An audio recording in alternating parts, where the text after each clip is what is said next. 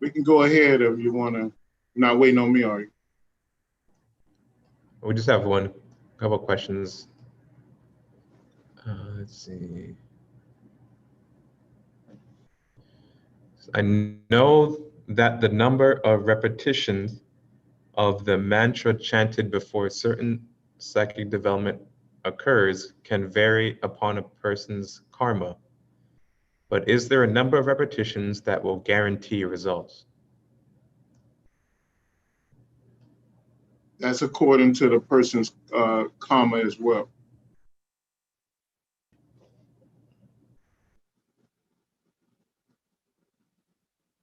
You know, there's some yogi masters uh,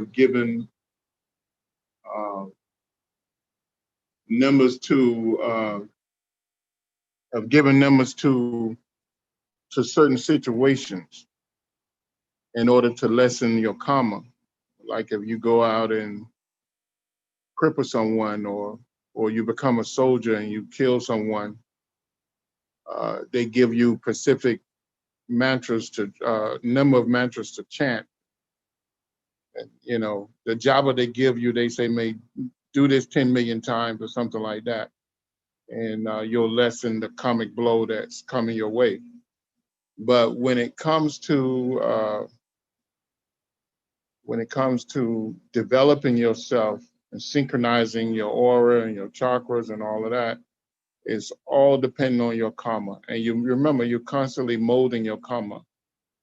So no real specific number can be given. But for a specific incident, yes, numbers can be given. But for development, and you're always developing, you're always changing your karma, you know, they don't usually give specific numbers, and they tell you not to.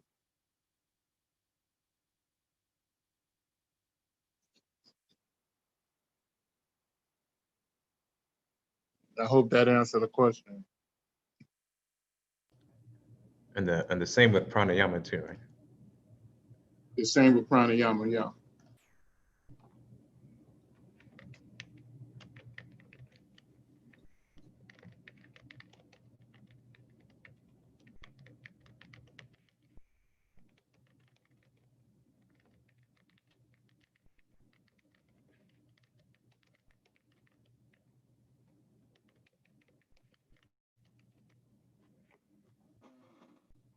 Okay.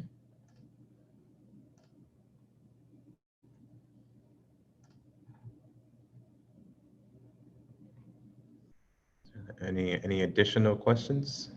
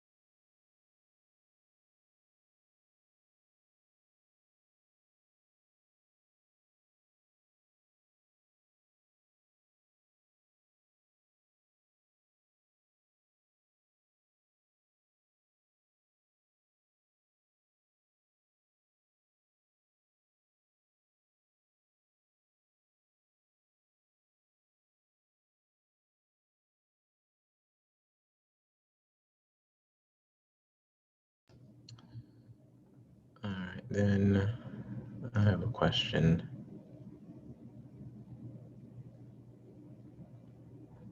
Let's see if there's anything else from anyone else. Nothing in the chat yet.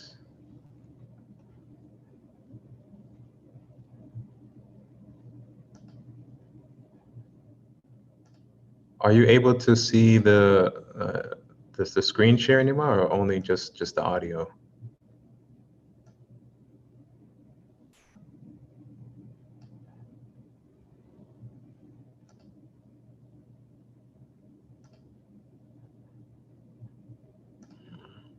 think you might have gone out again. Can you hear me, Nimai?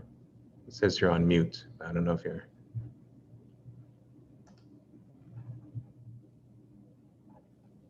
I can hear you. Okay. So are you able to see the screen share or no? When you share it, yes, I can. You can't? Okay.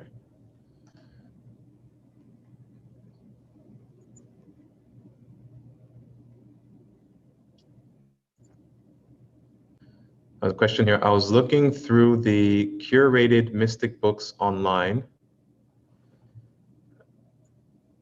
I assume you're referring to the books we have in our e-library at the mysticknowledge.org website, Charlie. Says, I noticed that the majority of the highly adept masters are from the late 1800s going into the early 1900s. Is that a coincidence?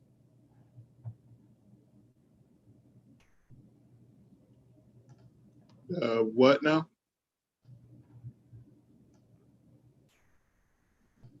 I think he's referring to the books and on the e-library on the Mystic Knowledge website. Uh-huh. I was looking through the curated mystic books online. So I noticed that the majority of the highly adept masters are from the late 1800s going into the early 1900s. Is this a coincidence?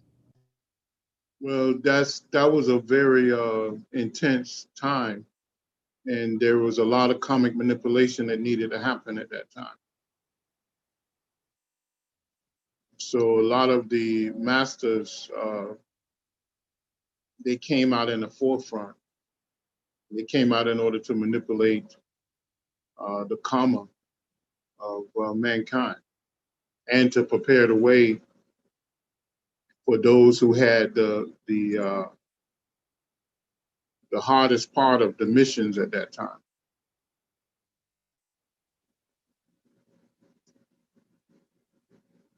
You go back and put it on a timetable, it really makes sense.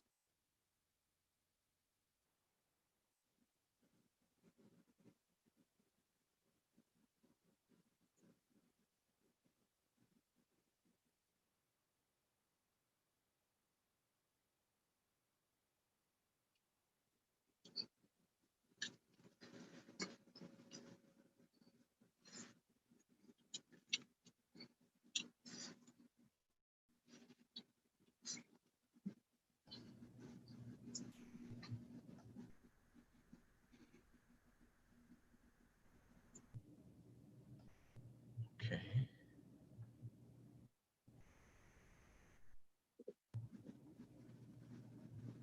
So see, we have more people joining us now. Welcome. Again, today's class is an open discussion. So feel free to ask any questions you may have in the chat, either in YouTube or in Zoom. And get those questions answered for you.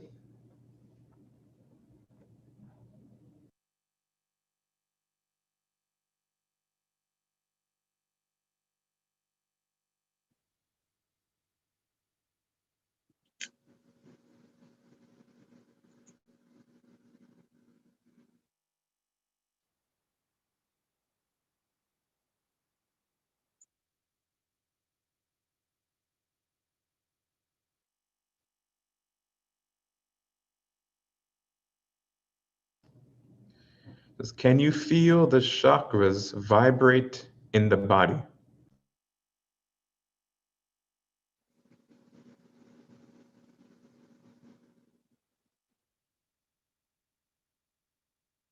That depends on you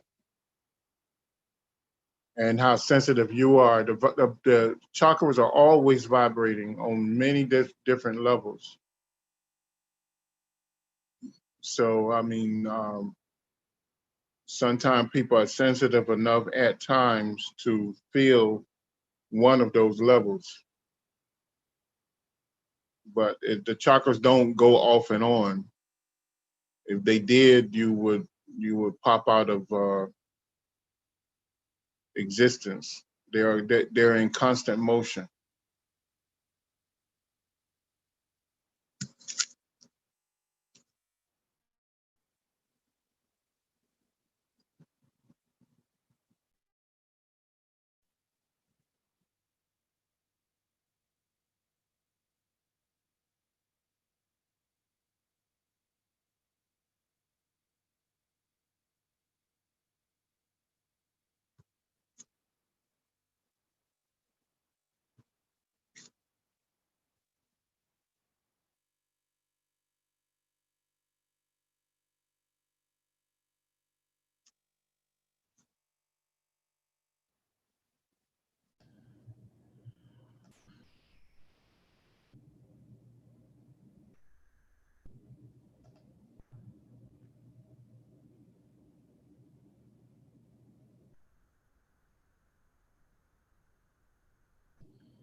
Kind of, I had a question about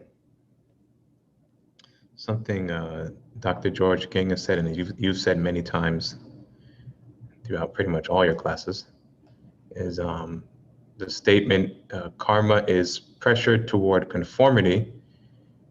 It is pressure directing you, the mind, and you, the soul, towards you, the spirit. And I was wondering why mind and soul was referred to separately. Because mind is used as a vehicle of expression for the soul. Right. And the soul is the body, is a vehicle of expression for the spirit. There's a lot of stuff out there that doesn't end up being true right now because of the concern about national security. But does it stand to reason for you, Katie Bo, that if a president of the United States—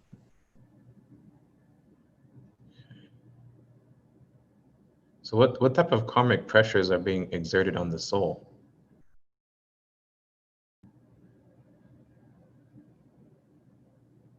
And isn't the soul in kind of a constant communion with the spirit?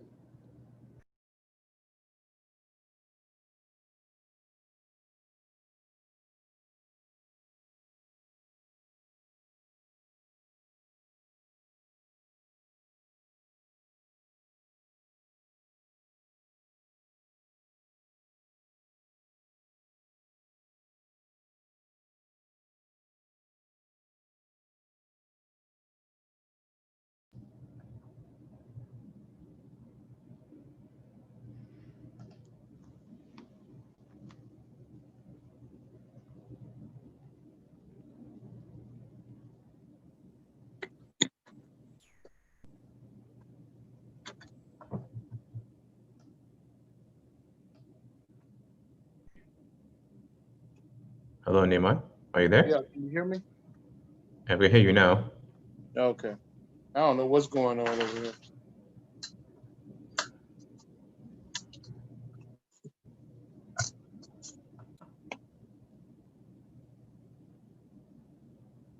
Okay. Did you hear my statement?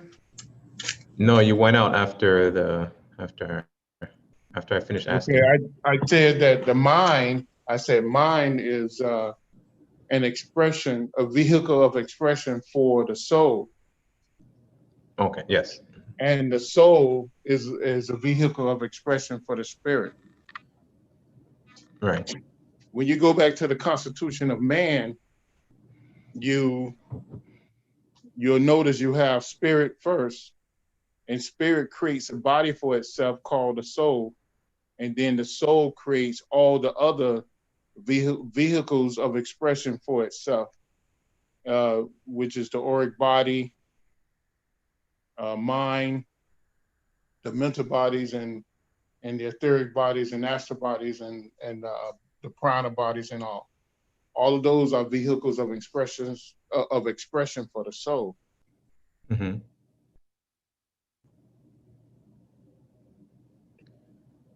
And so a question was, what kind of karmic pressures are on the soul, and isn't the soul in a constant communion with the spirit? Yeah, the soul is constantly in communication with the spirit, and the soul, the soul, just like the spirit mimics the absolute, the soul mimics the spirit. So the soul position itself to be in constant communication and constant connection to the spirit, but it also uh, uh, creates multiple vehicles to allow it to accomplish the goals of the spirit, because it's following the direction of the spirit.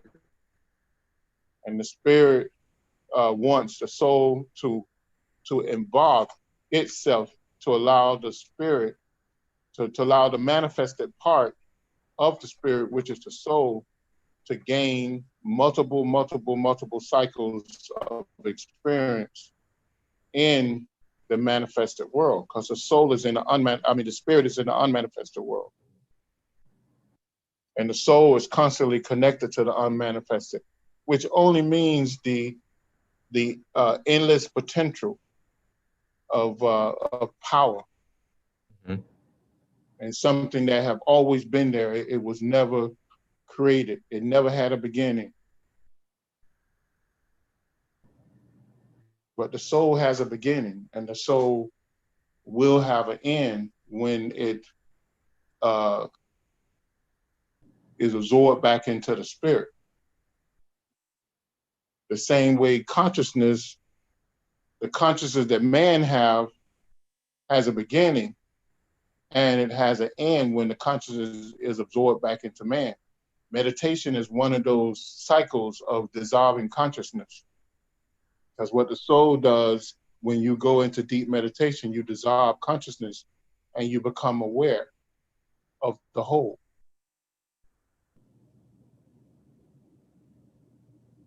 So then is that what conformity means then? That the dissolving of the soul and dissolving of the mind into the spirit? Yeah, because you conform to the law. And when you conform to the law, then you make all conditions right so that you can accelerate your growth and pathway through the manifested world.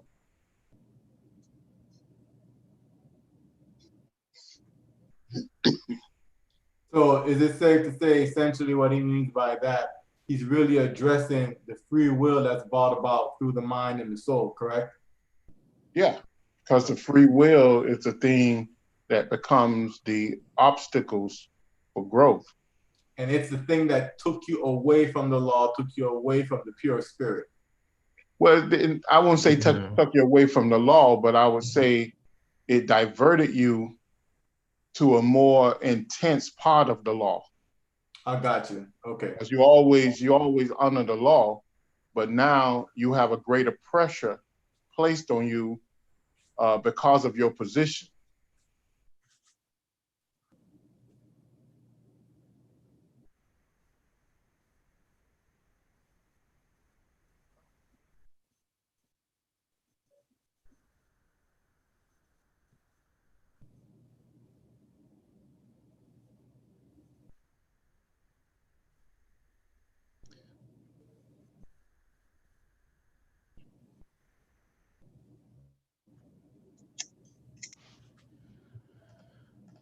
I have a question, but I'm not even sure how to ask it.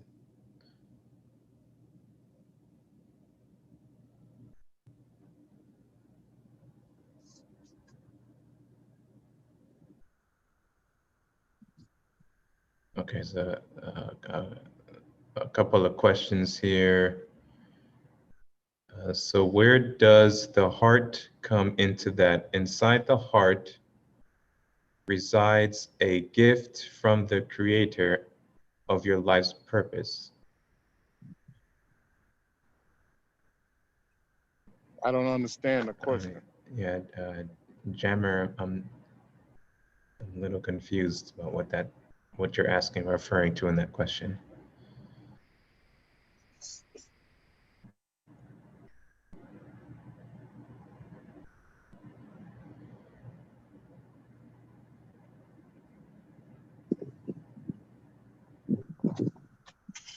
Is the story of Adam and Eve describing the time that man gave up freedom for free will? It's probably part of that story. I mean, Adam and Eve is an aphorism. It's not meant to take literal. But it kind of describes the fact that that Adam and Eve went to go seek a sense of free will instead of freedom.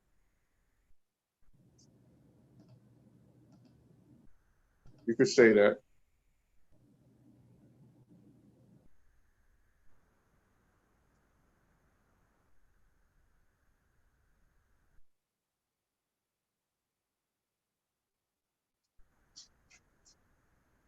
But if you go to Genesis, I think, and you read Genesis, Genesis really talks about the constitution of man. You can see the constitution of man unfold itself.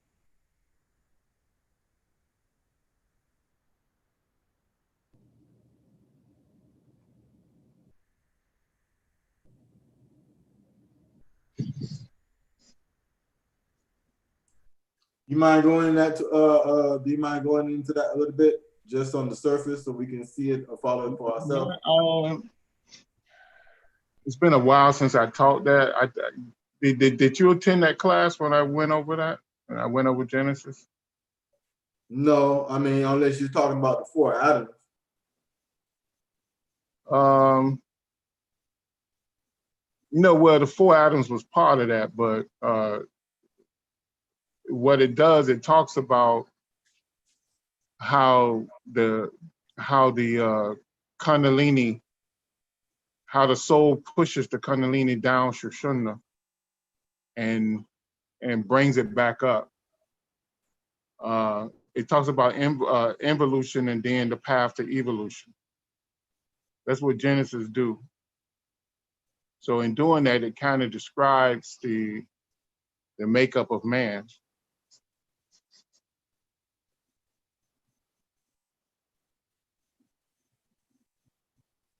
Is that one recorded? There's a lot of different aphorism and points to it. I would hate to do not to do justice to it. Is that one recorded? I don't think so. I don't think so. I don't think. If it was, I mean, Kevin used to do an auto recording back then.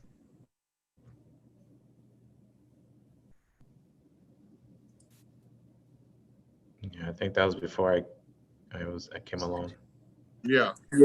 Yeah, but I don't have none of those recordings though.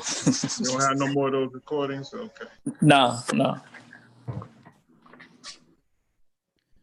Jammer, you can also join us on Zoom if you want to communicate better, either through audio or through chat on here.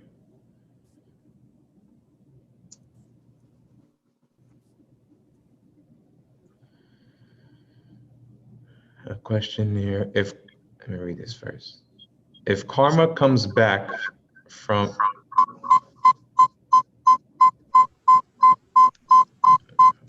some feedback.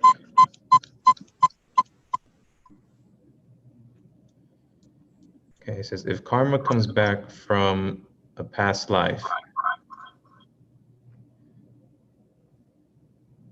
if you don't remember your past life, what good is karma? Wouldn't it be better to experience karma in the now before you die?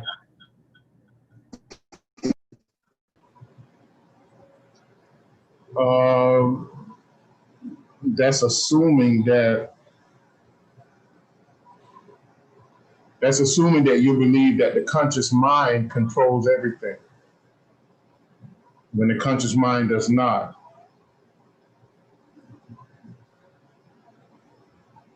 Your superconscious mind controls everything.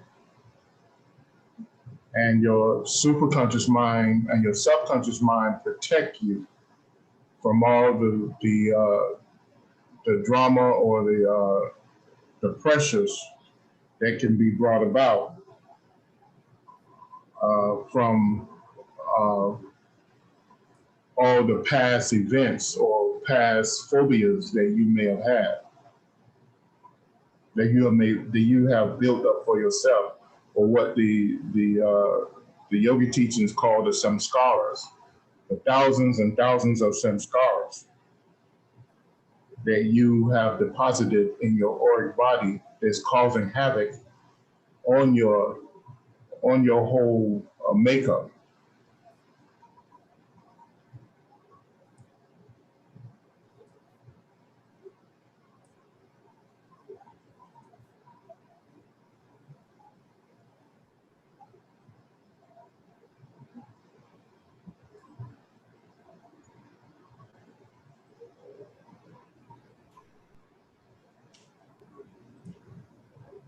Okay. Does the elements in the higher scales have the same fate as man? Are they connected to a soul, or will they eventually be dissolved through time and change?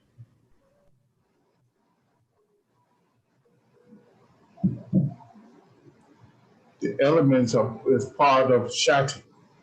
Everything is Shakti. The elements serve as building blocks for all life in the manifested creation, the manifested worlds, on multiple realms of existence. So the elements have its own cycles of evolving itself. Right now, you're using millions and millions and millions of components of the elements in order to express yourself. In order to express yourself as a full human being on this plane of existence. So you and the elements are one.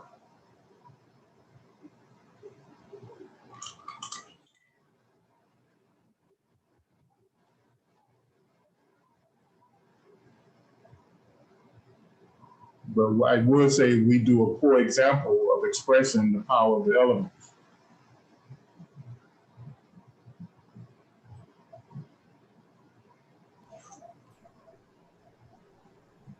What do you mean by we do a poor example of expressing the power? So what do you mean by we do a poor example of expressing the power of the elements? Look in the mirror. You know, try to run 5 miles around the track. It's elements that generate that power for you. So what yoga is all about is learning to use the refined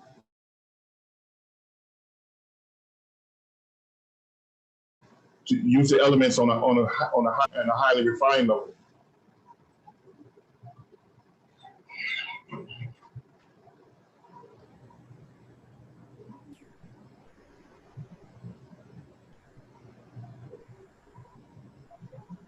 Oh, I read Charlie's questions wrong. It wasn't elements, it's elementals. Does the elementals in the higher realms have the same fate as man? Okay. It's the same thing. Next one. I don't believe in karma. It's just like the Catholics calling you a sinner. No, karma don't call you a sinner. We don't believe in that. There's only lessons to be learned. And there's no one person actually better than the next person. It's just a position you are in life and the lessons you need to be learned, because we can learn from anyone.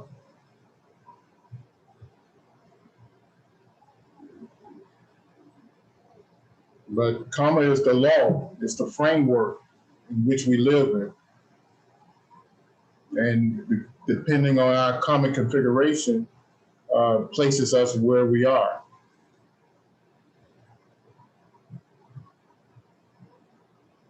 It's only perception that talks about good and evil.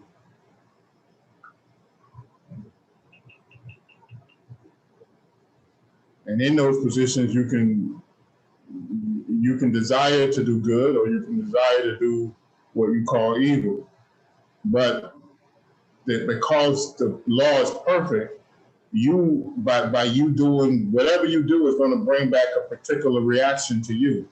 So karma is only describing how this divine intelligence works. If I take a ball and I hit it against a solid wall, that ball will come back to me. Depending on what type of angle I throw the ball, it will determine the angle in which it comes back. So that's karma. It's the laws of God in action. You know, if I decide to go and slap someone that's that's much bigger than me, much stronger than me, then the reaction of that is whatever that person decides to do to me. So that's karma. So karma is real. It doesn't matter whether you believe in it or not. It's real. It's here.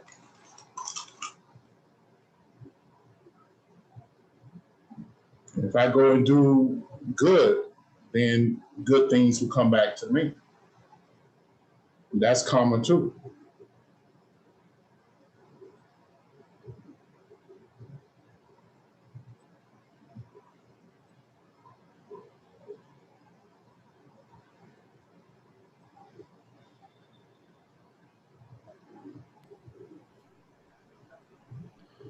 What are the rules of engagement with dealing with those that control the fire, water, and earth elements, for example? I've heard that if you speak first, you'll be removed from the physical plane. I don't understand that. What are you saying? He's asking for the rules of engagements with dealing with the divas. And he said, for example, I've heard that if you speak first, you'll be removed from the physical plane. No, that's not necessarily so. No,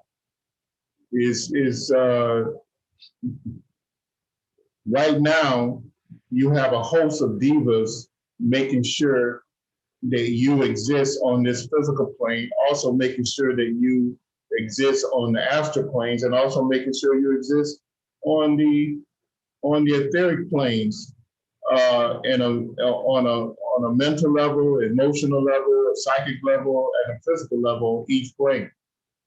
There's a host of divas manipulating this at all times. There's a host of divas making sure that all things on the physical and subtle planes in the animal, in the mineral kingdom, the animal kingdom, the human kingdom is happening, is moving on its automatic or according to the law, according to the pressures of karma that we place on the atmosphere. The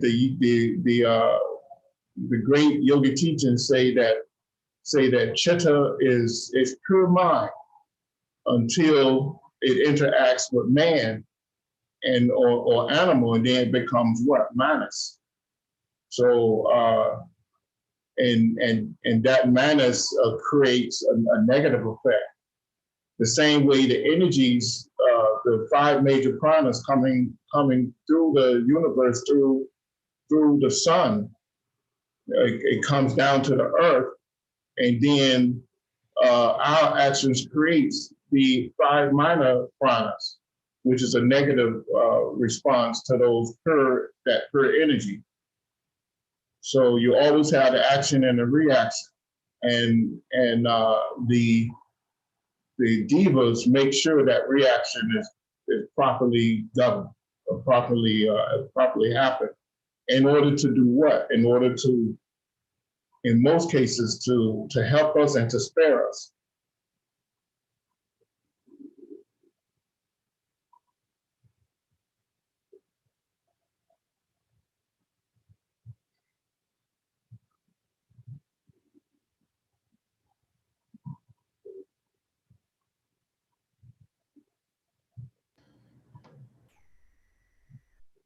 Can you speak on the I Ching as a divination system?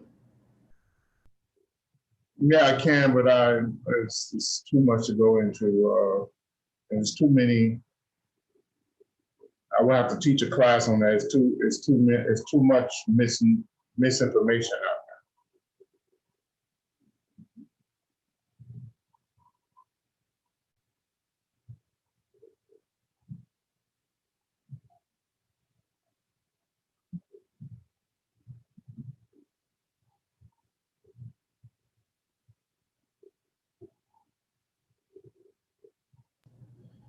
Okay. I'm not sure what this means, so can you please go into a bit more explanation, Baka? Says the gang stalkers and Masons use karma against you to open your pineal gland. Where does gang stalkering fit into karma?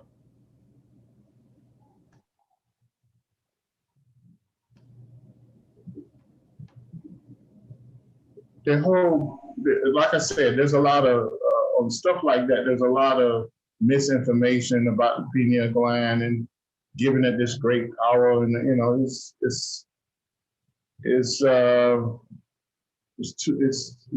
not real, and most of that information is not real. And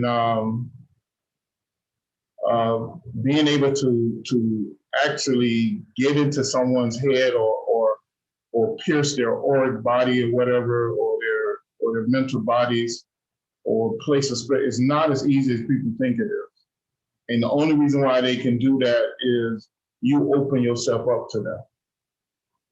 So, but I tell you, there's a karmic law that if you do cast some type of spell or manipulate someone through subtle energy manipulation or using elements, you create a threefold, fivefold type karmic pressure against yourself. So you can set yourself back lifetimes by practicing that type of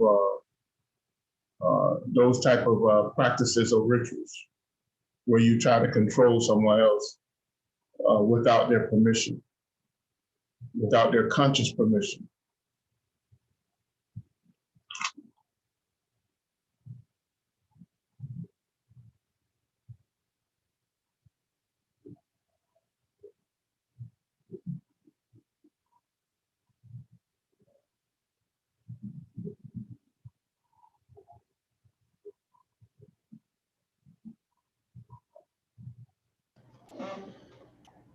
Okay, are there any further questions? Any additional questions?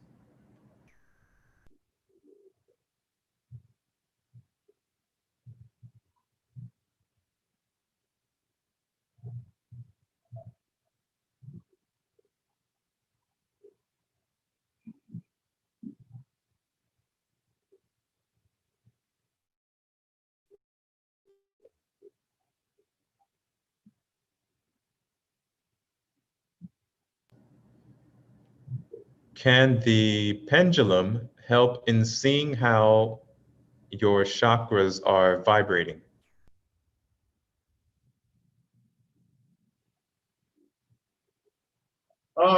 Yes and no. I mean,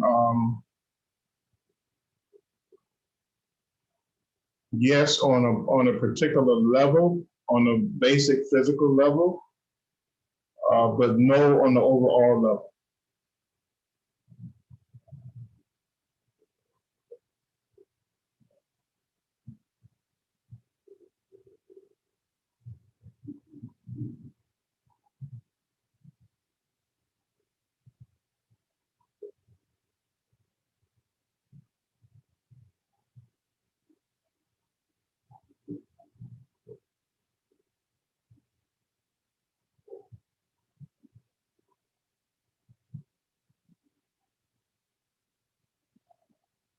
I tell you a secret about a pendulum too.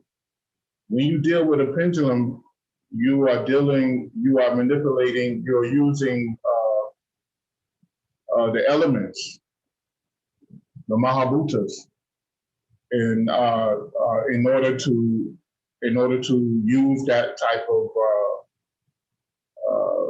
what I want to call magic, or some people call. But you make a mistake, or you try to manipulate it, and you can hurt yourself. So you have to be very honest and very open with using that type of science, mystic science.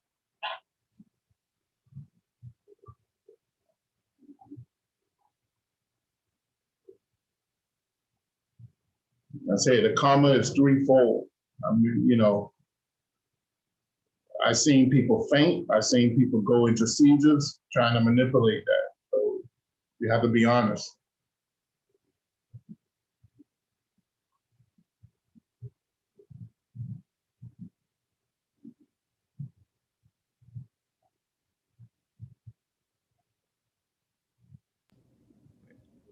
Fainting, going to seizures from trying to manipulate the swing of the pendulum? Yes, or trying to say that it's something that is not. Mm-hmm. So remember, your body is being used as some type of antenna, you know, in order to deliver that that answer. So the elements are being manipulated once you, especially if you become very good at it.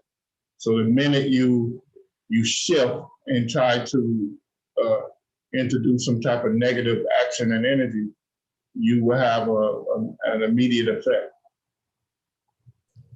Yeah, so Nehemiah, is that a shortcut to calling divas into your presence, or you still have to have a certain degree of psychic and mental control to do that?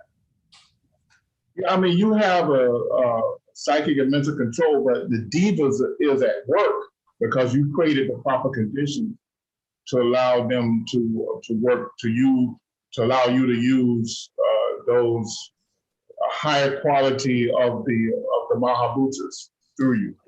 Now, is this through using the act of the pendulum alone, or is it a properly made pendulum, like with the proper Pendulum, it's pendulum, it's mantra, and it's mudra.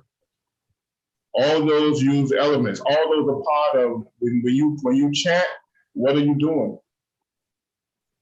You're manipulating what? Oh, you mean you're manipulating the elements and the divas around you? Yeah, you're manipulating the elements. You're manipulating sound, light, air, subtle air. You know, fire, heat. You're manipulating when you're doing your job.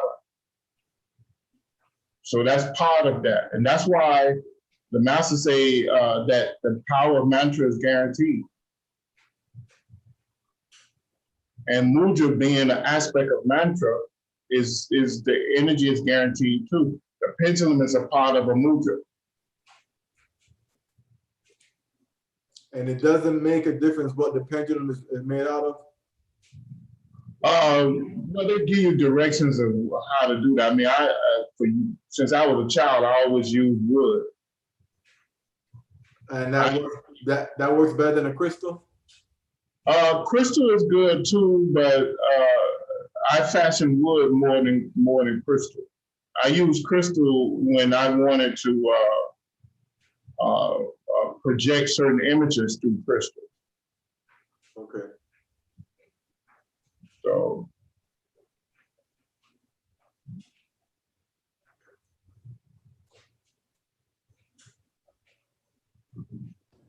So you mean like a crystal ball or gazing?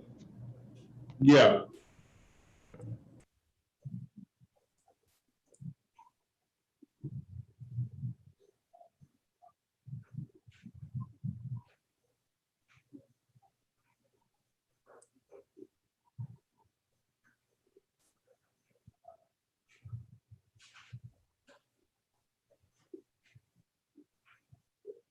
I'm coming through better now, right?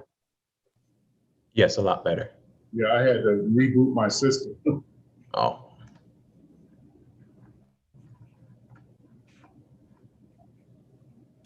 Okay, any additional questions?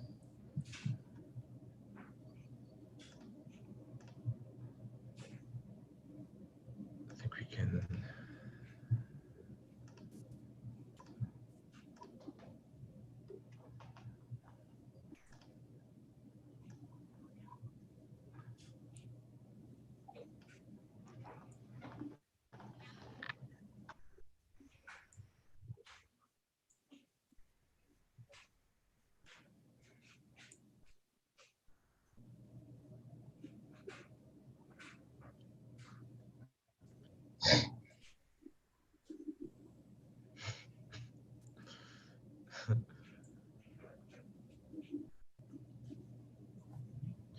Do you think Mantak Chai stuff works? Mantak Chia. Mantak Chia stuff works. Describe what he's trying to say.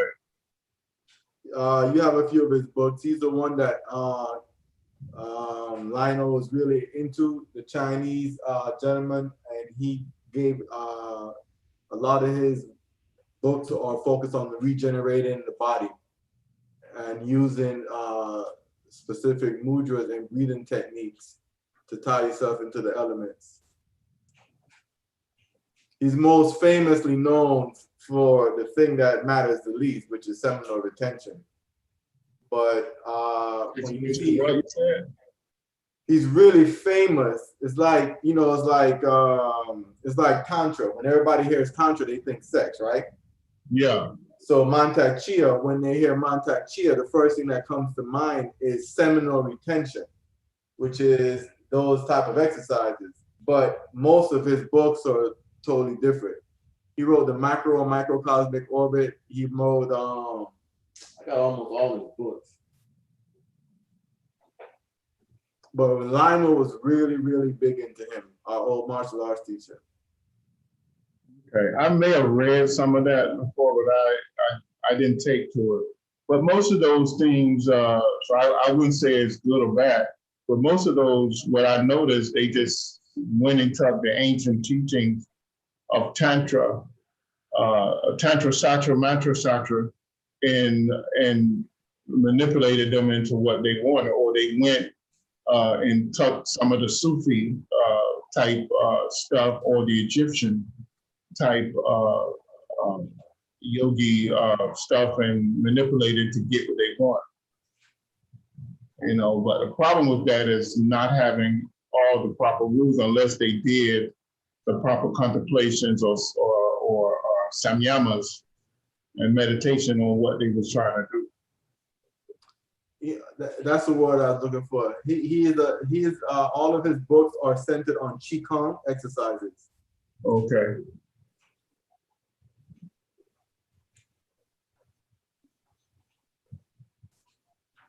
Yeah, most of them are regurgitating those ancient teachings. Yeah, I think I have a book on Qigong. Yeah, on those exercises, those things. Yeah, you have. I think you have a few books by him. Yeah, which is mudras. Those are mudras. Right. But the missing element to them, to most of those, are the comic and bhati and nani part of it, which can get you in trouble. That's what I mean by the rules.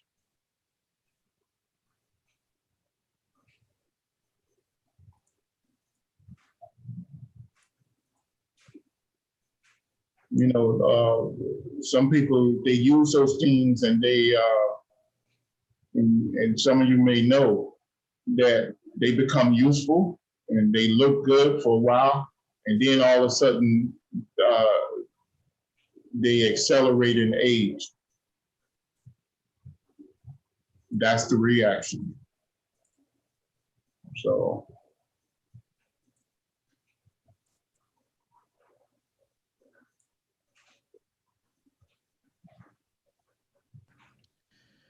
Okay.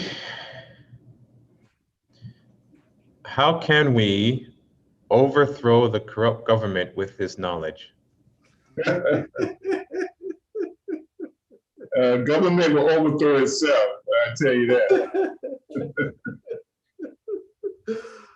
Hey, what's the name of that group he said back in the day that was doing a gigantic mystic circle to take down the government? She said she was tied to the Great White Brotherhood. What's the name of that group? The Summit Lighthouse. Yeah. Yeah. You know, one great master said that everyone picks their own country and their own conditions of the country. So it's a comic thing. So until we rise as a people to fight back that stuff, it's going to happen. and comically, everyone have to come together in order to make a change, or at least a certain number of people have to come together within the group, within the collective consciousness of that to make a shift. But know the law. The law of karma tells us this, that a negative number times a negative number always equals a positive number. So the more the more negative things people do, or a group of people do, they will bring about a positive event. We may not recognize it as a positive event, but it will pan out as a positive event. And you can look through history and you can do those equations and see that it's so true.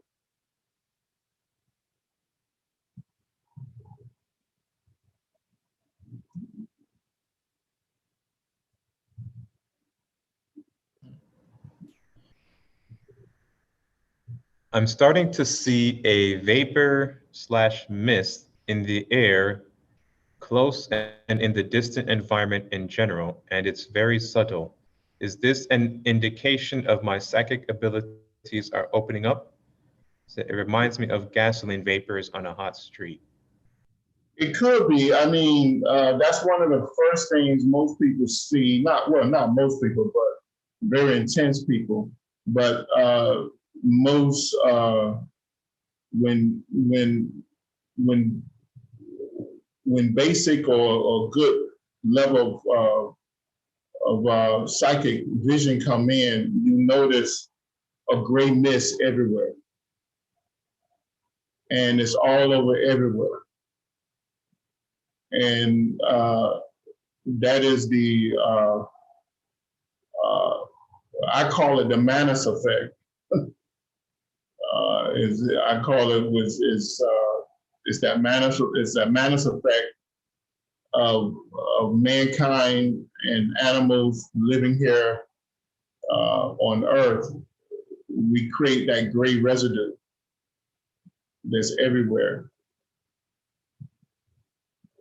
After a while, it kind of blends in, and you don't take notice of it too much, but you know that it's there.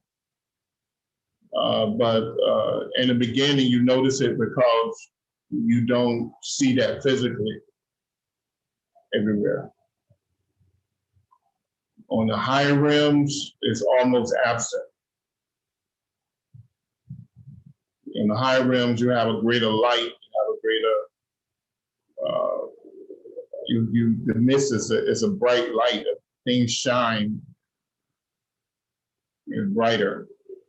In the lower rims, you have this mist.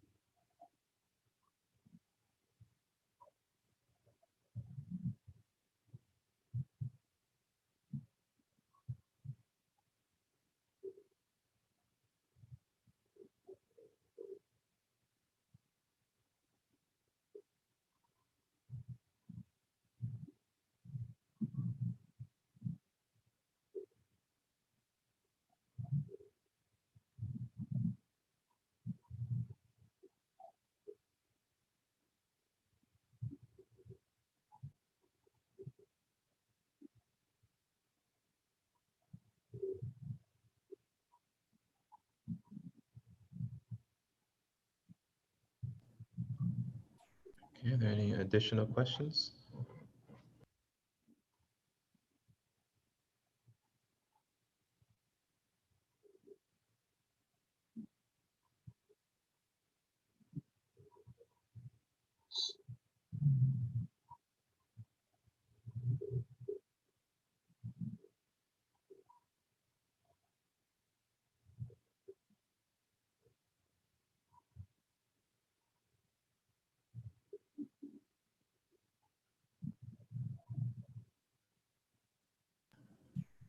Okay, This will go into these last 2 pages of the additional diagrams handout. You can feel free to ask any questions you have, even while we're going through the handouts, or ask questions pertaining to the handouts themselves. I think we finished this one last time. Or I just read through the paragraph at the bottom. I guess I can go through it again.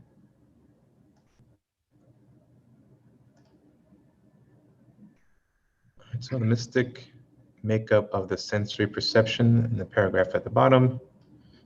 The auric body is the original manifested subtle body of the soul, created by the soul to allow it to gain experience on multiple levels of limited states of consciousness through countless reincarnations.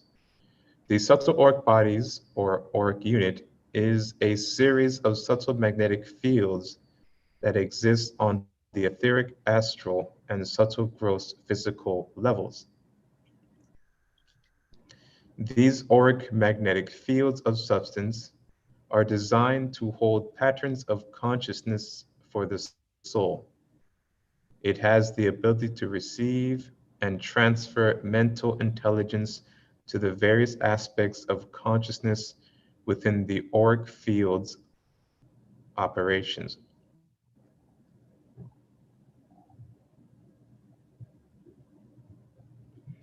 Also, these auric magnetic fields are designed to hold in place signature patterns of various degrees of subtle vital energies within time cycles.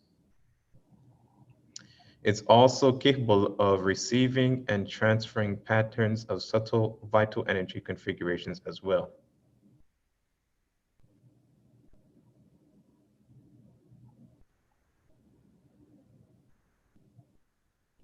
The auric body acts as a manifested pool of endless potential that the soul has set up to pull down the universal mind substance and Shakti power in order to modify it into vehicles of expression. The auric body is used by the soul as a vehicle or tool in order to create the background patterns for building the correct proportion subtle or gross vehicles of expression with the exact karmic framework for the countless experience cycles needed.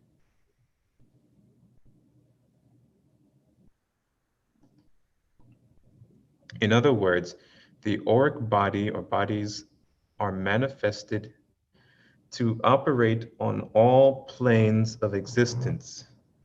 Now, this means that the auric body is in full operation on every level of consciousness or realms throughout the 108 chakras within the human structure.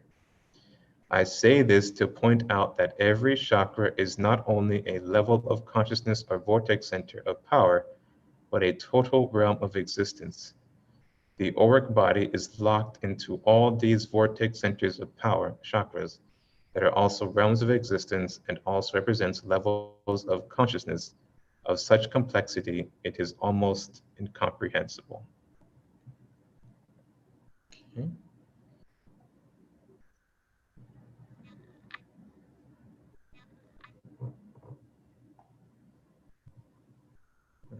So, any questions on that paragraph so far? Let me see.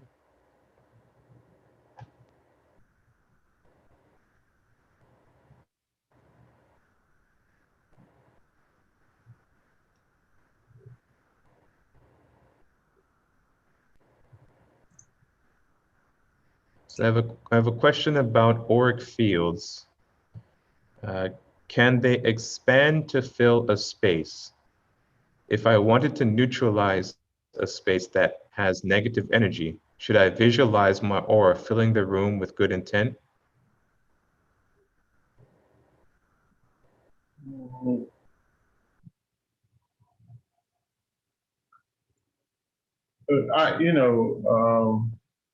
It's not like that. I mean, your aura will fill the room anyway if you wanted to. If you wanted to create a more positive or energetic environment. If you, depending on your level of intensity or your level of development, you notice some people walk in a room and everything changes, and it's because of it's because of their magnetism that comes from the aura. Now you can mentally and physically charge that room with energy using your auric body as a tool to release that energy into that room. But it's not necessary you expanding your auric body, because the auric body is it has its main purpose is to serve the soul, not the basic consciousness of the soul. But it does serve the basic consciousness in a limited way and through a series of other mental bodies. And everything is really an extension of the aura, of the auric body, or it survives by the auric body. So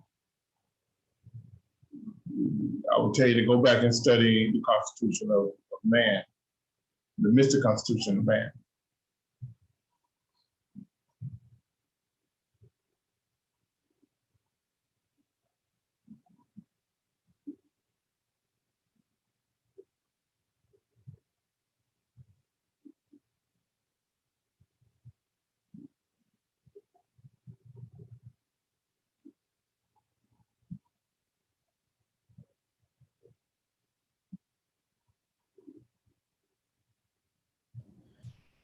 Are tarot card readers using something from the old teachings, or are they just scamming? I've been seeing a lot of them pop up recently.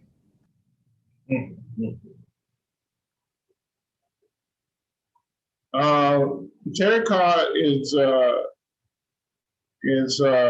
real, but how many people know how to do the tarot cards or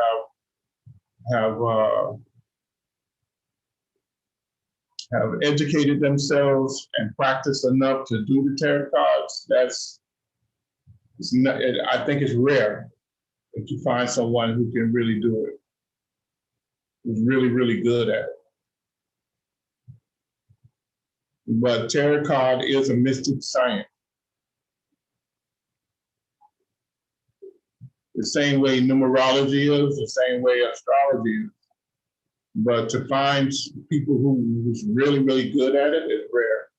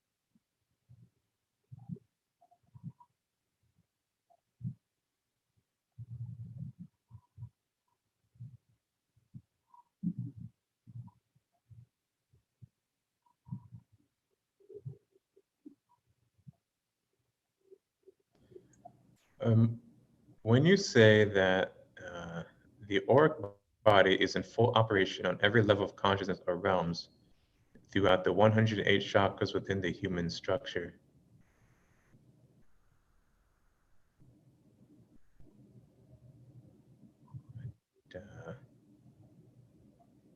actually, you've already answered that question, and I remember your answer. Never mind.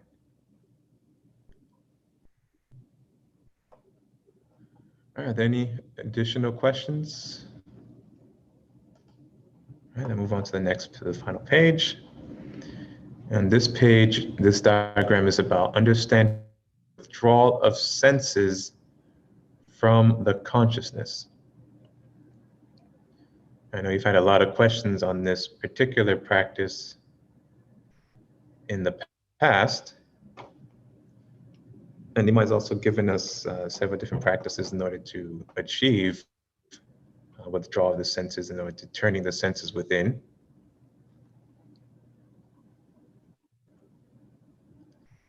So let's start on the left-hand side.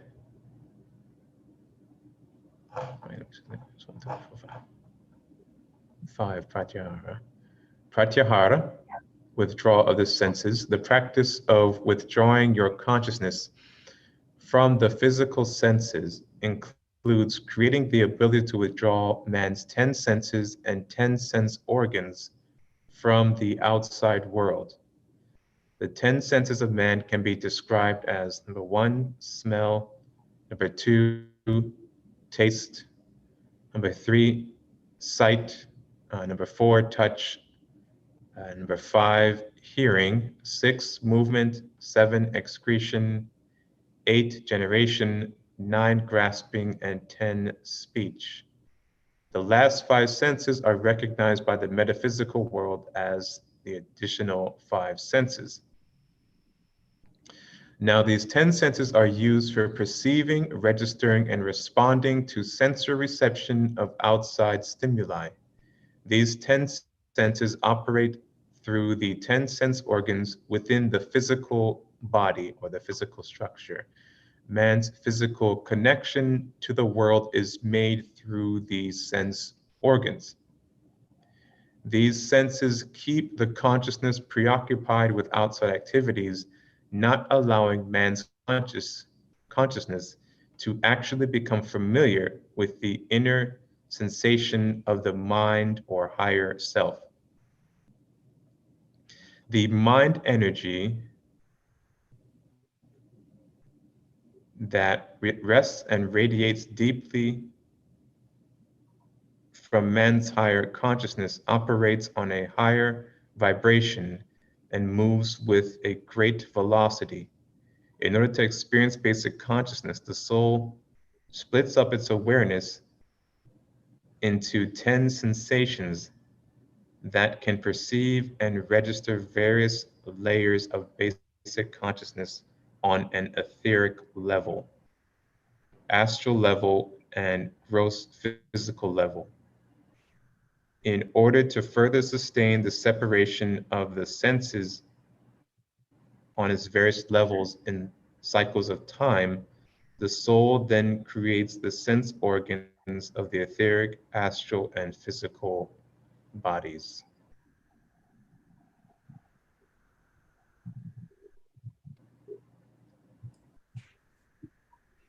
Can you So explain Nehemiah, let me ask you something. So as you're doing your self-development, now the splitting up that has taken place, that's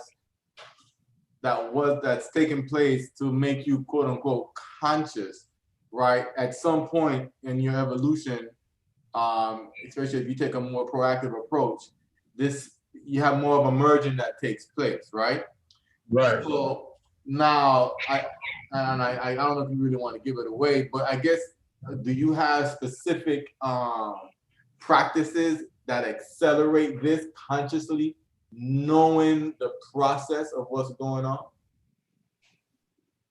Now that you know what's really going on? Yeah, those are the Raja Yoga practices. Okay. Those are the Raja Yoga practices. But the key is to what I found over the years is understanding the 8 limbs of how the 8 limbs fit in. The 8 limbs of yoga. Mm-hmm.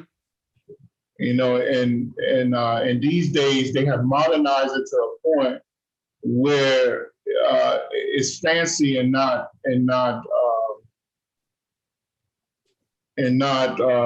technical and doable. You understand? I don't know why you say fancy and Like, not like they give it all these fancy names and short definitions, not really telling you that the first four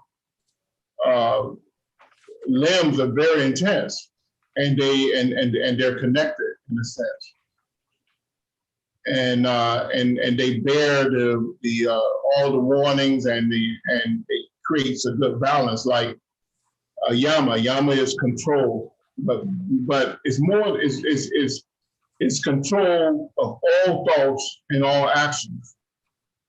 You see, and it's bringing about that control in a certain way. The next one is nayama, and like a lot of people like to just say, oh, it's observance, but what it is actually observing the power of God in everything, meaning that, yeah, I control my actions, but I control my actions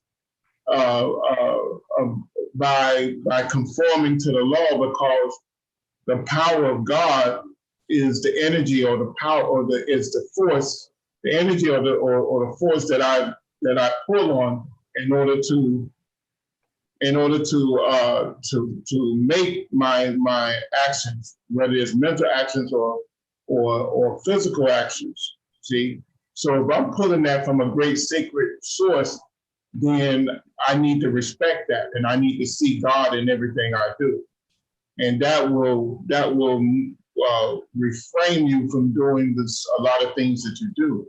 It'll bring governance over your actions, because you realize that you're in the presence of God. And the next one is the asanas, but a lot of people just think, oh, I just twist my body up and that's what that means. No, it means that these are seats, and they are they're postures, positions, and hand signs, or technical hand signs, or mystical hand signs, where that you do in order to do what? In order to receive the power. In order to pull on the power and receive the power, you have followed a certain law and rules and regulations. So now the power comes to you, because you have positioned yourself for that power. And then, of course, pranayama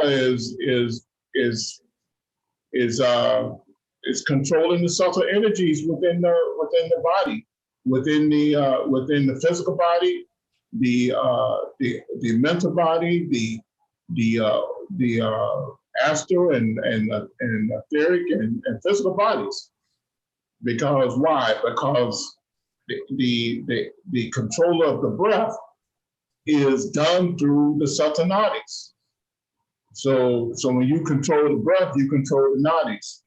You control consciousness and you control the vital, because you have the idol, which is the mental, and you have the pingala, which is the vital.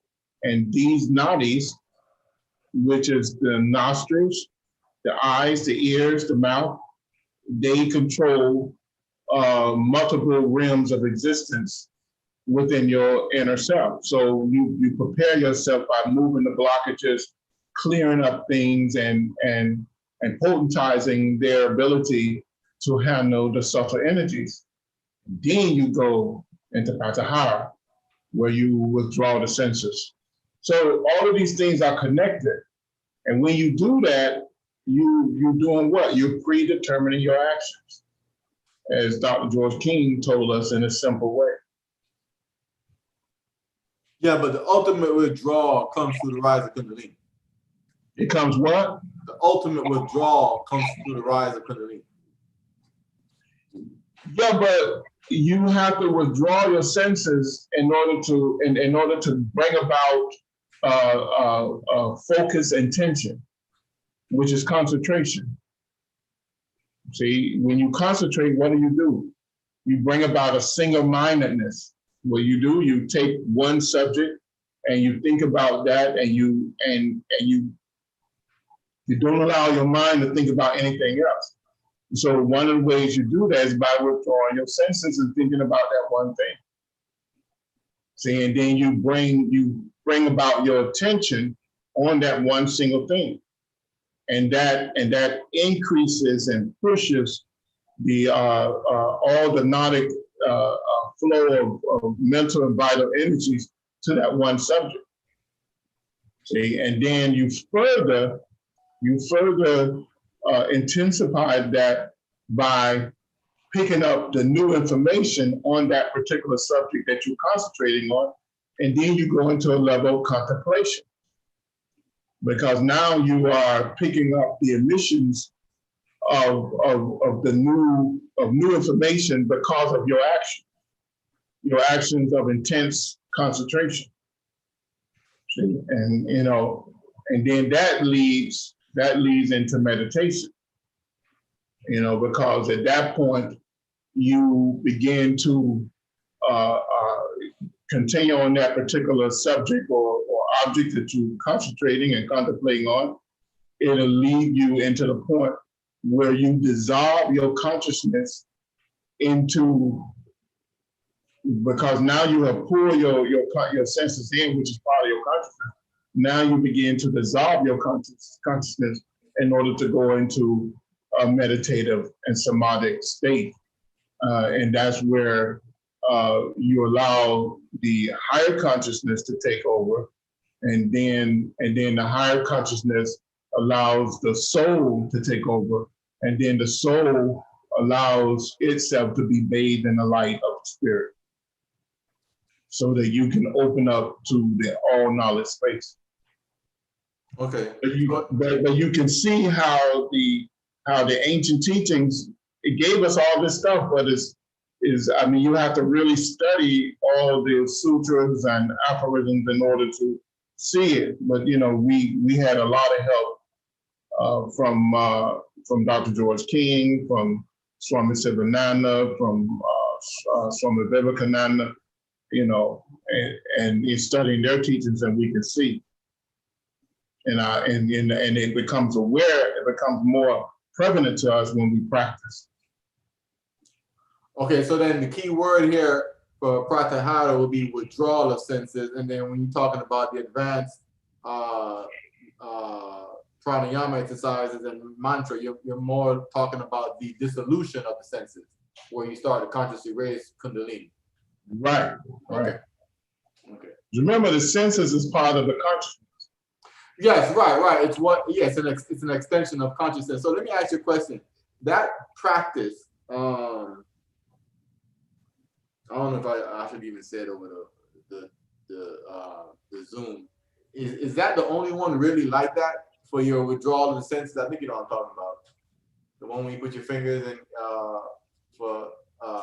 and you cover your eyes, your nose, the ear. The sixth practice, the spiritual hierarchy. Yes. The contact your eyes. Yeah, that's not the only one. There's several ones, but that's a very advanced one. Yeah. Oh, okay.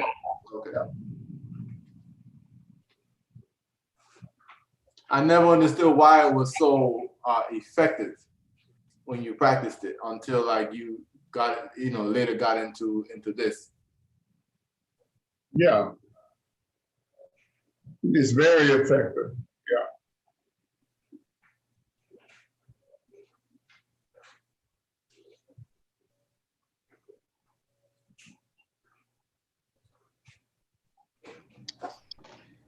In projection of either the astral or etheric body, are you withdrawing the senses?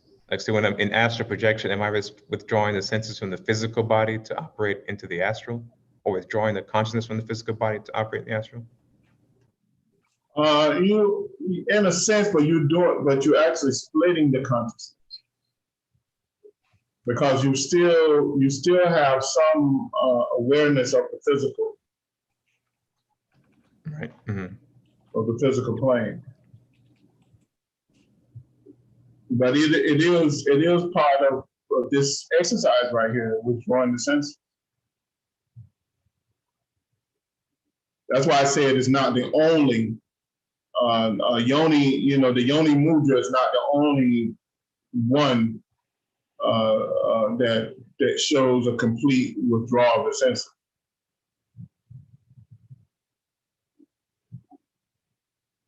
Because when you do certain astral projection practices, you withdraw the senses in order to split this, in order to split the consciousness, in order to move, to travel. You know, and sometimes when you're doing mental projection, you know, you do the same thing. You withdraw the senses in order to create that astral or etheric mental projection in order to see great distance. I think what the FBI people call it remote viewing or whatever. Mm-hmm. Yeah. But those types of projections they're not part of a development program per se. It's just something you have to do in advanced projection if you want to really take advantage of the, I guess, the speed and the power of your various mental bodies. What you mean they're not a part of? Like, I mean, that type of that projection or those types of projection, it's not part of a. You wouldn't say they're part of a psychic development program or a spiritual development program. Yeah, it is. It is part of a psychic program. It is. Oh, okay.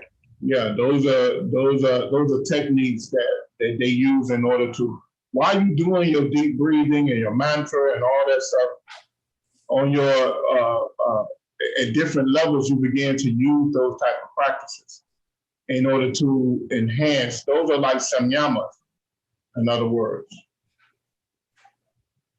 Remember how you reach a certain level and then you start doing samyama on everything? Yes. Well, that's what that is. That's a visual samyama, or that's a hearing samyama. You know, and then you get to the point where it's a touch samyama. You know, because when you do a mental projection or remote viewing, you can actually bring part of your consciousness there, so you can touch something. You don't actually need to have your astral body, your full astral body there. You can, if you need to, you can bring into manifestation a part of your consciousness as a hand just to touch something. Or you can create if you're really good, you can create a cloud around that, a mental cloud, and pick up all the different sensations in that particular object or room or place that you are remote viewing. So let's say I'm doing a deep breathing and a mantra session, and I want to bring into my presence the power or the energy from any one of the charged mountains. Is that what you're talking about? An example of that? Well, no, I'm not saying that. What I'm saying that you can project a part of your consciousness there. And do my exercises there. Yeah, yeah. Or with there, I wouldn't expect people to do that, because there's a comic reason why the masters told us to climb the mountain. Oh, okay. Is a comic rule. Certain things are unlocked by certain physical actions. Okay. You know, so by climbing the mountain, by first of all, by moving your whole schedule around just to do that one action, creates a comic window for you.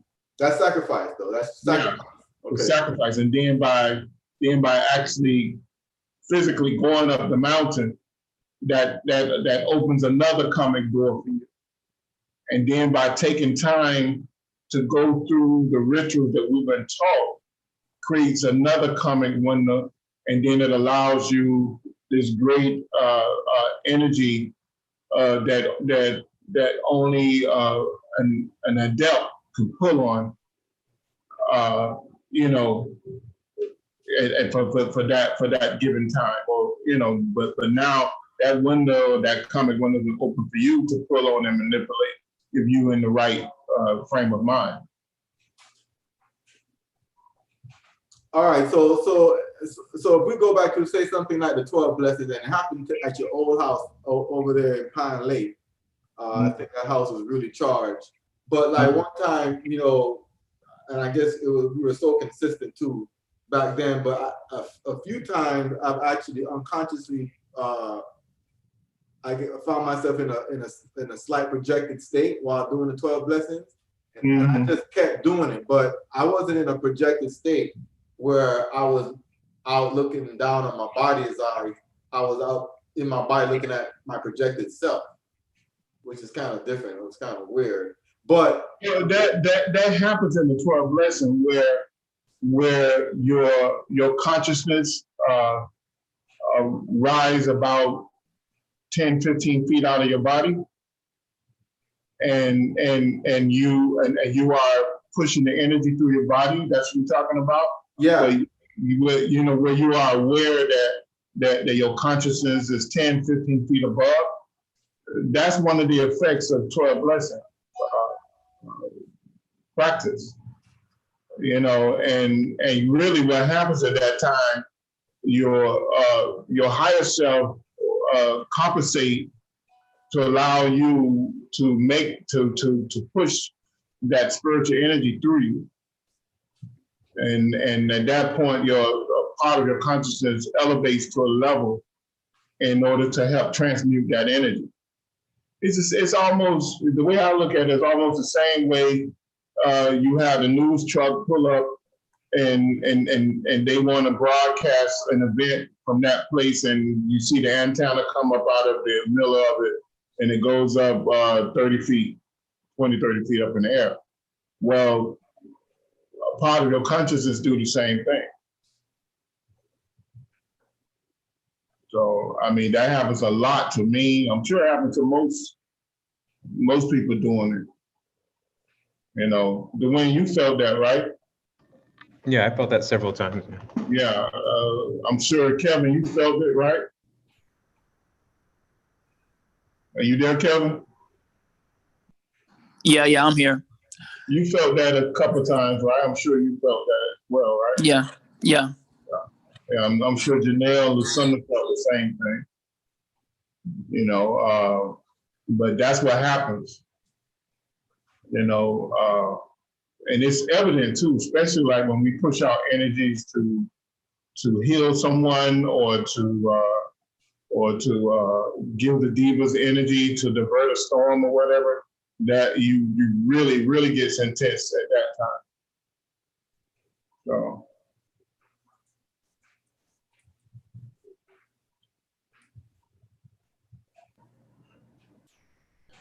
So no shortcuts by astral projecting to a holy mountain. No. But you can, I'm not saying you can't do that. Yes, you can do that. But what you're going to do, you're going to affect the energy on that realm. But you still made a sacrifice by doing that as well. Right. Yeah, I mean, you can manipulate the energies, but I'm sure the energies will be, you'll still have certain restrictions on it, and you can only use the energies for unselfish reasons. Right. But I think, first of all, you have to get over the sensation of actually seeing those mountains in a projected state, because it will blow you away. First of all. I mean, you got Bernard, you got a glimpse of it in your photographs, right? Yeah, it actually came out in the picture when we went. Yeah, so. What, the aura of the mountain, or they charged it? Yeah, the aura of the mountain. The aura of the mountain. So. So in the handout, you said, in order to experience basic consciousness, the soul splits its awareness into 10 sensations and creates the corresponding sense organs. But that applies to basic consciousness. As you evolve the consciousness higher, does it need less? Does it need that full 10 sensations, or does a number of sensations and a change that the soul needs to experience with? I don't get what you're saying. For You said- example, like it says here, in order to experience basic consciousness, the soul splits up its awareness into 10 sensations that can perceive and register various levels of basic consciousness. And then it says later on that the soul creates the sense organs of etheric, astral, and physical bodies to correspond to those 10 sensations. And so that brought my mind to Adamic man, whose base was at the heart center, but it did not have all the sense organs that their body doesn't have all the sense organs that we have. So did their consciousness not need to have all those sensations that we have at a basic consciousness? We don't know, but we know that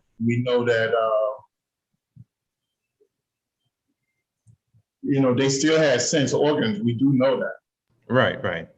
But what we do know too, according to some of the masters and the great yogis, that their internal organs were more aligned with the etheric organs, and they interface with each other. In other words, so they can their physical realm, they can shift. In other words, they can dematerialize their physical body and rematerialize their physical body on any part of the earth when because their base consciousness was located at the heart chakra. They were able to do that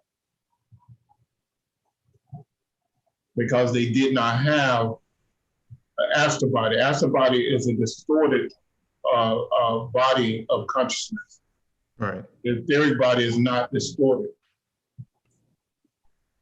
So what the ancient teachers tell us about the heart chakra? They tell us that the heart chakra is where the subtle bodies are created. So they had a huge command over these subtle bodies. So their physical body and subtle body blend as one, and they were able to teleportate, to mold their physical body into a stream of energy and operate from their etheric body. Their power was able to take their etheric body and throw it into another realm of energy and suspend it while they operate out of a higher etheric body, maybe an ovoid shaped body, where they didn't need the limitations of head, extremities, where they, the head, the arms, and the legs, and they could just operate from a purely ovoid type shape. They probably was able to do that as well. So that's the difference between living in the basic consciousness levels, from below the heart chakra. Right. So that was basically my question. Is it because in this paragraph you said experience basic consciousness? So I was wondering, as the consciousness evolves higher, like you mentioned, the ovoid body of a Saturnian, for example, their sensations are completely different than the 10 or that we're referring to for our level of consciousness. Yeah, but once you move back to those levels, because you got to understand the basic consciousness for the Adamic man was the heart chakra. Right. So it still had limitations. Yeah.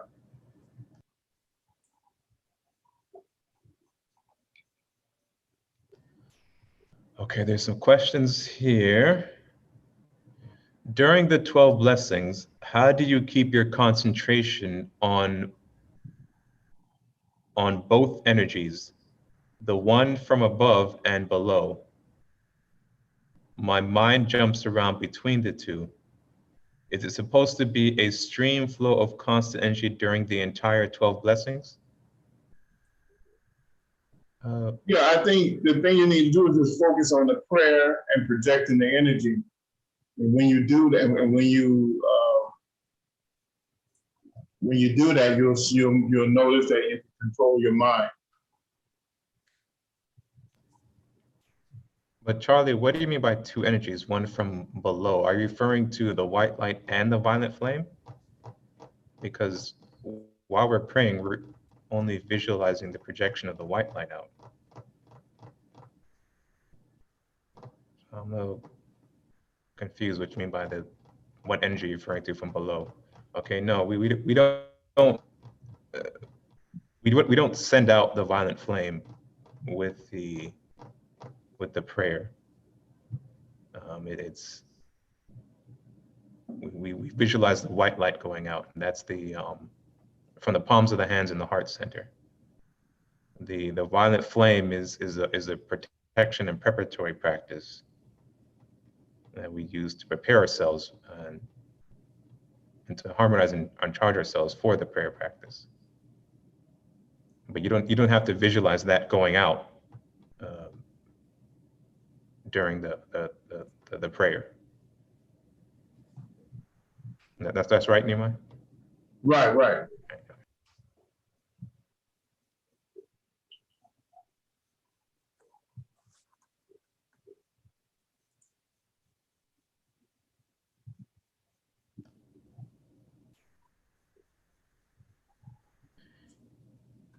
Yes, so in the visualization practice, there's two practices. There's a preparatory practice and the practice of the presence.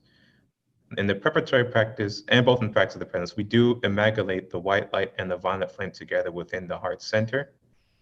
But when we're actually sending out energy, we are told to send out the white light coming down to the top of the head, and then out the heart center and out the palms of the hands.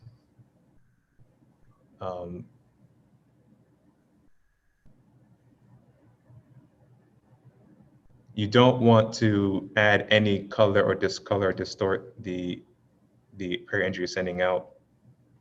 Not now, not unless you're very advanced and know exactly what you're doing. But for the vast majority of people practicing the 12 blessing, it is best to send out just the white light.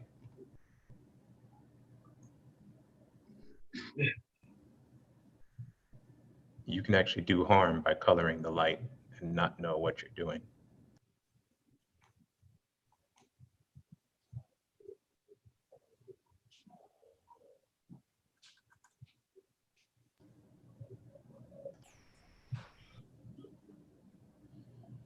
And are there any additional questions? Let's see.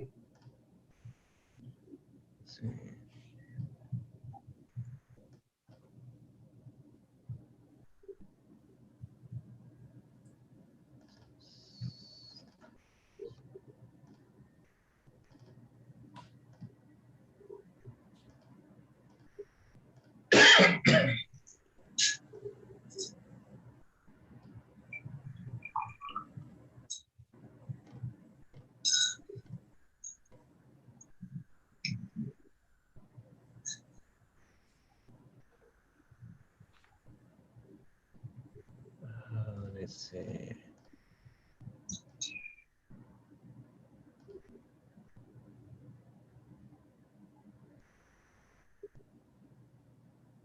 Okay, so here Charlie has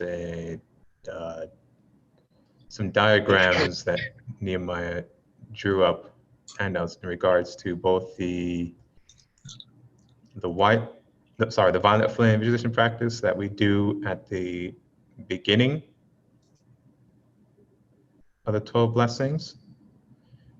And the next page is the practice of the presence that we do at the completion of the 12 blessings. This is in the folder, in the class notes folder titled Practice of the Presence and Violet Flame Practice Diagram.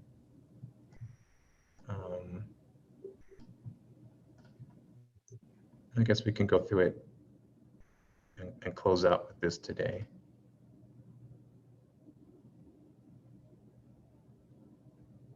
I don't want to read all that right now. And so the violet flame visualization practice. Well, actually, no, I should read that. Imagination, man's only creative faculty. The key to any mystical practice is the ability to obtain control over your imagination. In order to understand what imagination is, let me zoom that in for you guys. We must have a clear picture of what we are and how we exist in a sea of all-pervasive mind substance and cosmic energies. Man's ability to manifest himself on any realm of existence is based on the level of mind frequencies his soul has been able to translate through the various manifested vehicles of expression used throughout the many reincarnations and karmic limitations of that life stream. Oops. One of the keys to tapping into this universal mind substance that contains this all-knowledge space is our inherent faculty of imagination, as stated by our late Western master of yoga, Dr. George King. Imagination is man's only creative faculty, and that's actually a lecture available from the society. Imagination, man's only creative faculty. The ability to imagine is something that all men have from birth, and uses this ability throughout his life to achieve almost everything he's confronted with. Man's imagination has a magnetic effect on the psycho-mental level of his entire being, which causes various mental explosive activities that produces the mental images, mental thought forms desired from his mental command. These mental thought forms that are produced and manifested by man's interactions in life through the process of imagination are placed on and within the human aura of man. The amount of knowledge possessed on the subject being thought forms, and the desire put forward toward the subject with the love energy for the subject dictates the lifespan of the imaginative thought process. These thought forms hang on the aura and create what I call a karmic signature for the person. It actually helps to mold and shape the mental, emotional, and physical state of man's life. Okay, so some of you might be wondering why Nehemiah mentions love energy at this point. Because as he's just told us in the past, love is a preservative energy. It preserves manifestation and keeps it in existence. So that same energy is being used to preserve the desire put forward toward the subject, or the thought form that is created through the imagination.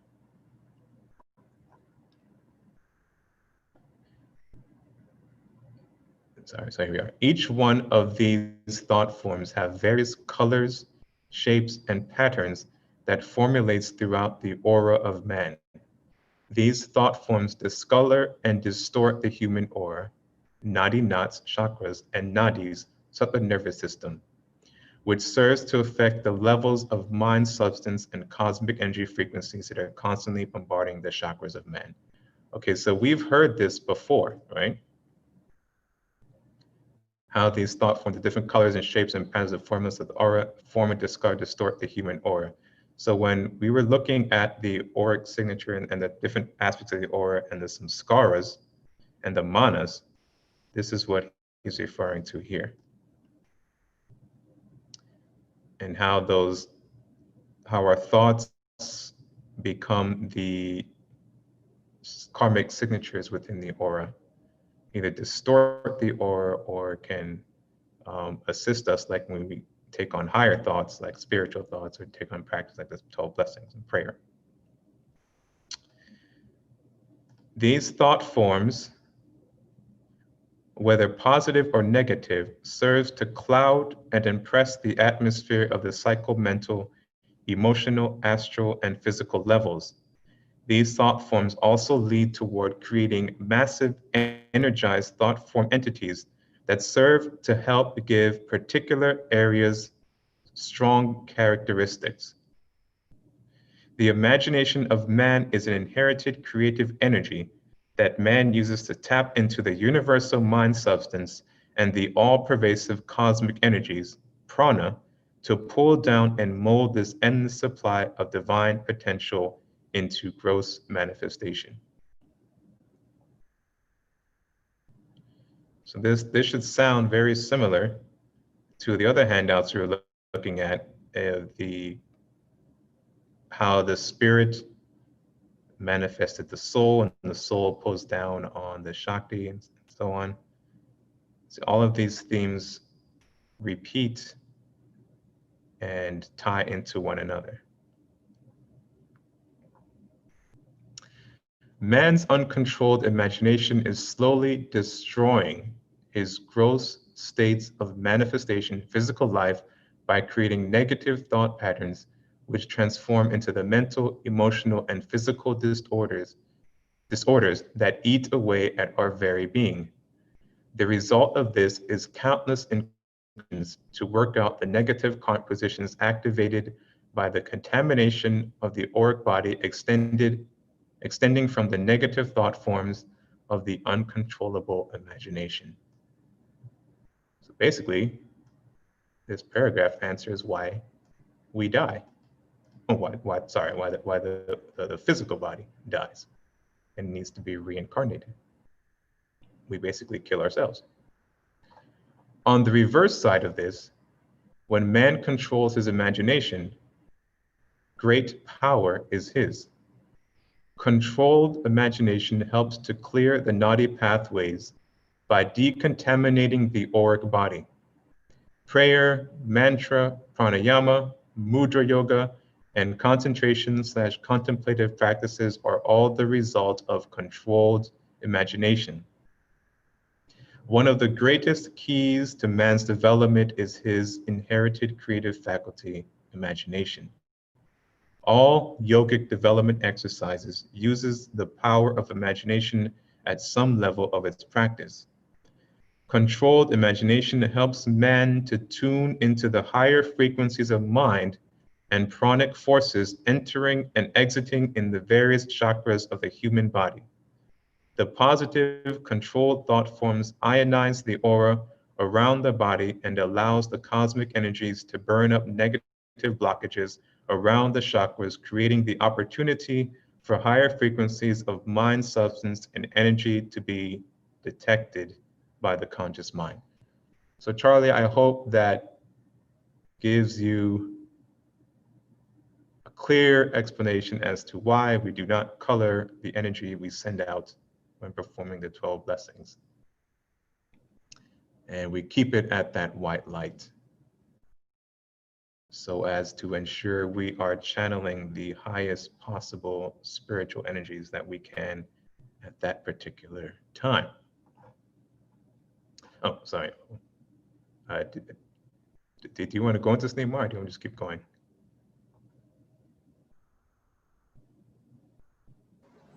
What you say? So do you want to go? Do you want to go into this a bit, or do you just want me to just keep going? Okay, No. I mean, you put this on the thing for everyone.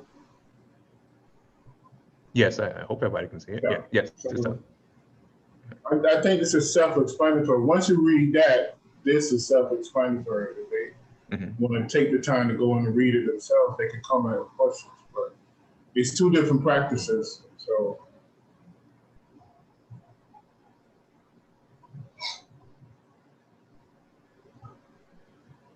Okay, there's a couple questions here. I haven't done any practice of meditation.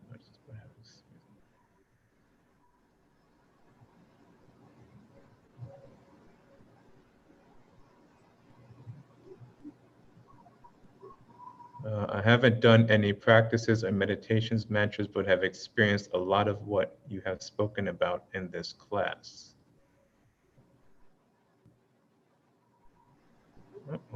maybe you haven't consciously done them in this life, Jammer, but you've done them in previous lives. Does Nehemiah have a website that backs up all these videos? No, these videos for now only exist on YouTube.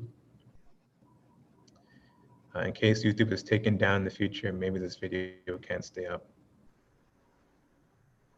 We plan to move to another medium that we have explicit control over for the production of all of our teachings, and that's coming in the future. But for right now, no, these classes are solely through YouTube.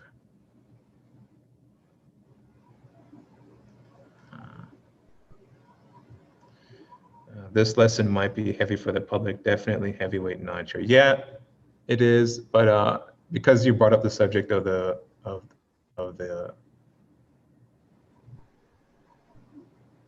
practice of the presence, I felt like it'd be really beneficial to go through this handout. This is one of the handouts that's in the folder. I don't think we've gone. I don't think we haven't gone to it yet, but I just wanted to go through it to kind of help you out. And there's a lot of information here. We have several classes on imagination. In fact, I think we have an entire series both on prayer, an entire series on the practices, an entire series on imagination itself, where Nehemiah goes into great detail, talking about this creative faculty. Dr. George King also has lecture series specifically on imagination, but in also other series, right, he talks about this subject in great detail as well.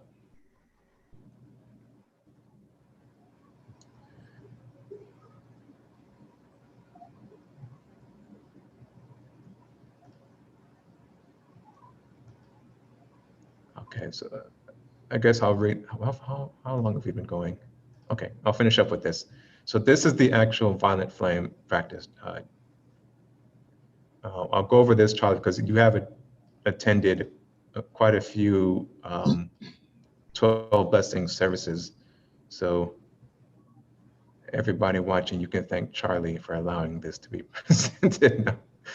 So step one, imagine and visualize a brilliant white light coming down from the Earth's atmosphere. So if you look at here, this picture gives you a visual to help you understand what's being described here.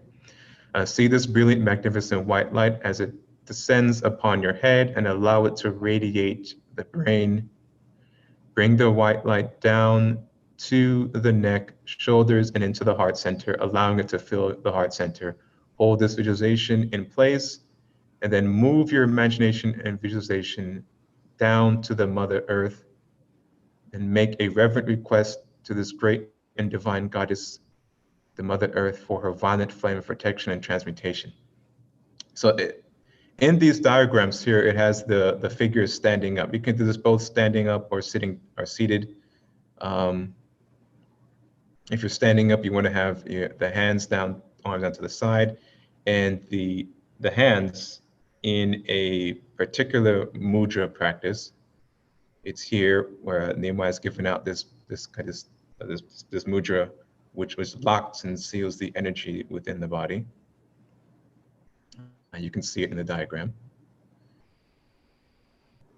So you want to stand erect with head aligned with the spinal column, arms down to your side.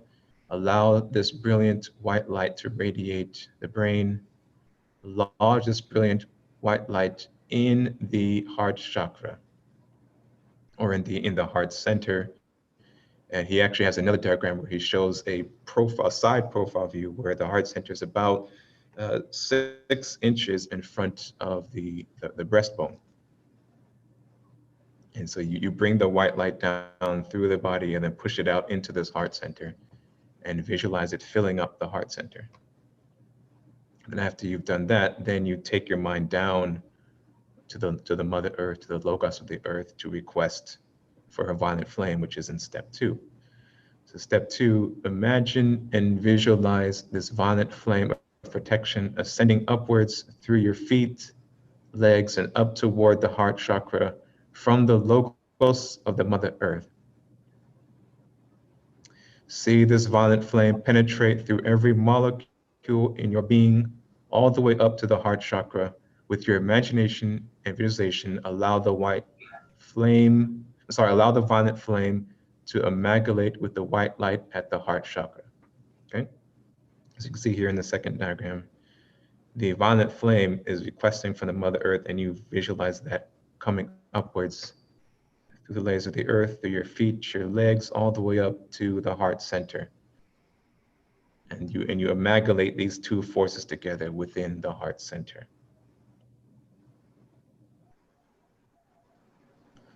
And then in step 3, so now with your imagination and visualization, imagine this amalgamated violet flame and white light moving above the shoulders, the neck, up into the head, and above the head.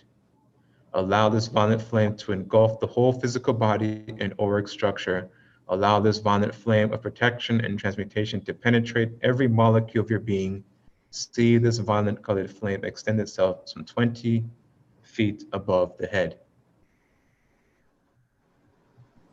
All right, so as you see here depicted in step 3, both the violet flame and white light are engulfing the entire body, the entire auric structure, up 20, 30 feet up into the air, or as high as you can take it. And this is all done through imagination and visualization, which is why Nehemiah in that first page went into such detail of what imagination is and its power. Because this practice and every practice is done through the power of imagination in one form or another. So after you complete that, if you're following the 12 blessings, we then move into mantra, and then we start the actual prayer. But in the actual prayer practice, it is the white light that is being sent out, not in addition to the violet flame.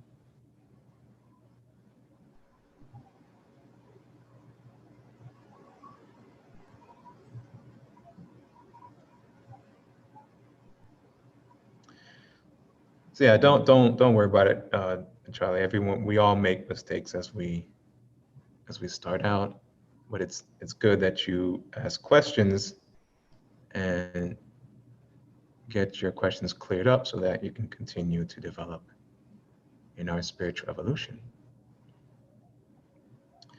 After Nehemiah publishes his book and we purchase a copy, will we have class discussions related specifically to the book?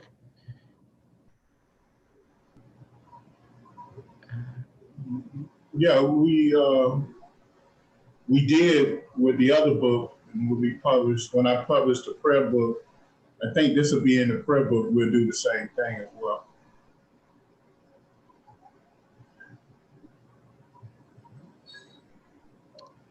We may even have a special book launching event. You can actually come out and meet the author. That would be pretty cool, right?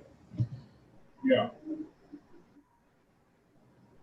Is it possible for me to get the notes? Yes, these notes are available again in our Google Drive folder. So if you look in the description below in this video, you should see a link to the Google Drive. Or if it's not there, then there is a link to our meetup. And in our meetup, every week or whenever we sent out an announcement for each subsequent open discussion or whatever class we're having, there should be a link to the shared folder in there. And you can go ahead and download all of these handouts for you to study and generate your questions from. Okay. As I know we went over today, but I really wanted to go over that.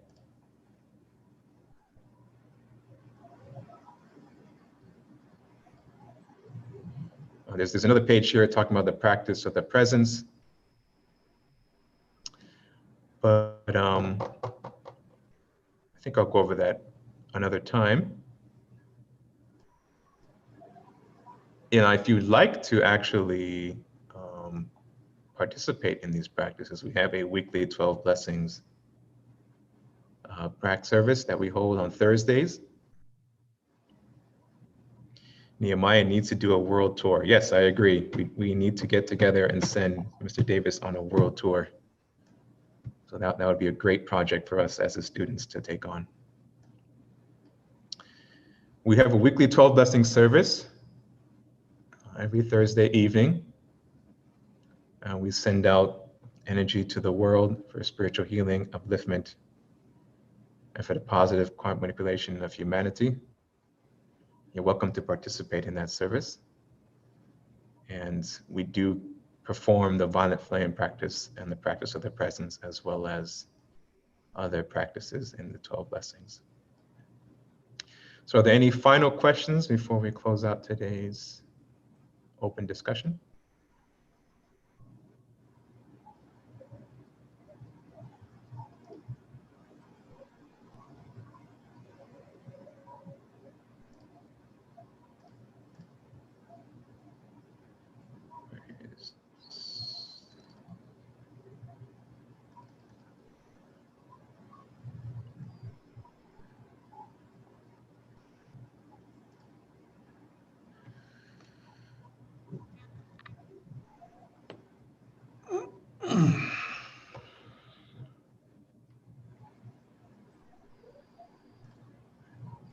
Let me check all the chat windows to see if there's any questions. All right, nothing more so far.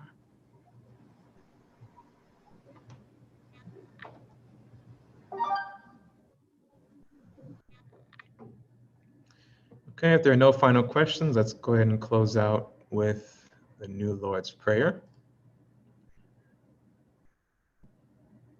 which is one of the prayers that and the prayer that we do in the opening of the class. Prayer for the spiritual workers are two of the prayers we utilize during our 12 blessing services and are available from the Atheist Society.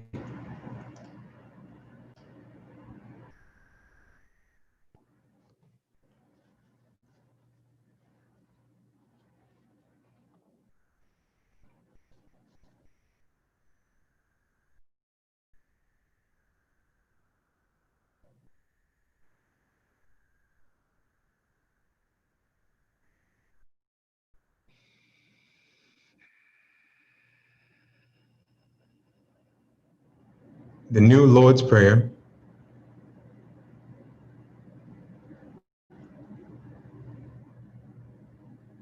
O divine and wondrous Spirit, O everlasting Lord of hosts, send forth now through me thy great and lasting power. Allow me, Almighty God, the lasting privilege of radiating to all the world thy great love, so that those who suffer may be given the power and energy to rise above their weaknesses. Almighty God, in great humility do I ask you to send forth your power, to give to me this great lasting privilege of being a channel, so that my suffering brothers may be helped and guided and healed and lifted into thy light, so that they who know not may look up and in doing so receive for their higher selves your divine counsel. Almighty God, this day have you granted me a divine privilege. I ask you now to give to me the strength so that never again will I turn from my inner vision of you. Oh, great peace, great peace, great peace. In praise of your greatness, O God, doth my soul sing. Grant it energy to sing on forever and forever.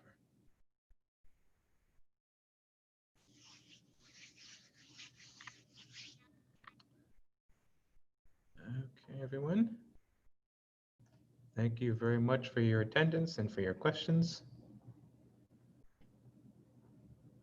Thank you. Thank you as always. We will see you next time. If you would like to join us in our 12 lesson service, send us an email and I'll add you to a list.